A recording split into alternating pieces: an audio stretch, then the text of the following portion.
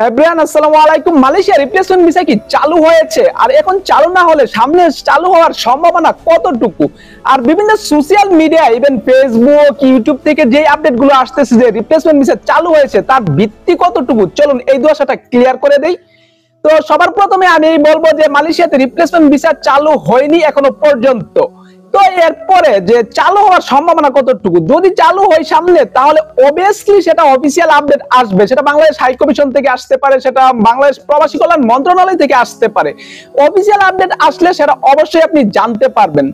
তো যেহেতু এটা একটা সেনসিটিভ বিষয়, তাই আগে থেকে এই বিষয়টা আসলে প্রেডিকশন করা মোটেও উচিত হবে না।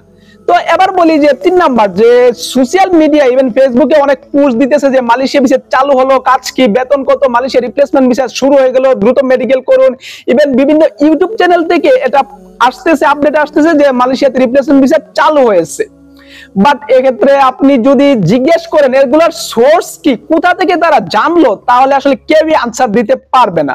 আর যদিও কেউ আনসার দেয় তাহলে সেই আনসারটাও একটা ভিত্তিহীন জায়গা থেকে। চলুন এই বিষয়টা একটা প্রুফ দিই। মালয়েশিয়ার কেডিএন থেকে একটা অ্যাপ্রুভাল পাস হয় সম্প্রতি, আর এই অ্যাপ্রুভালটা সব সেক্টরে আওতাভুক্ত, নাইট ক্লাব সেক্টরে। অর্থাৎ কোন একটা কোম্পানিতে লোক দরকার, সে তার লোকের জন্য আবেদন করে কেডিএন মালয়েশিয়াতে, আর কেডিএন মালয়েশিয়া থেকে অ্যাপ্রুভাল পাস করে।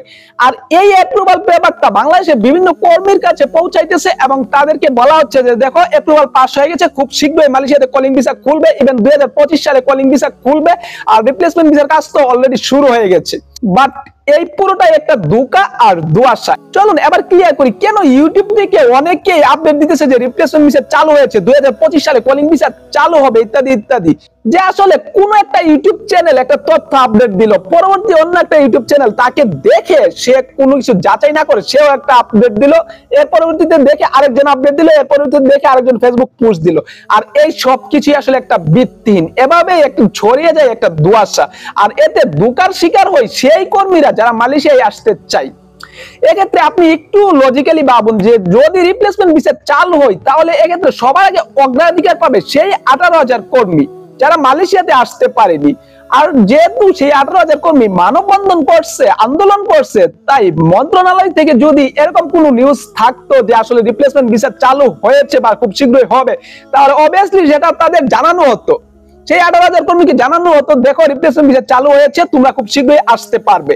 বাট এরকম কোনো কিছু জানায়নি। দ্যাট মিন্স আসলে এই রিপ্লেসমেন্ট ভিসা যেটা হচ্ছে, যে নিউজটা, যে আপডেটটা হচ্ছে, এই পুরোটাই একটা গুজব।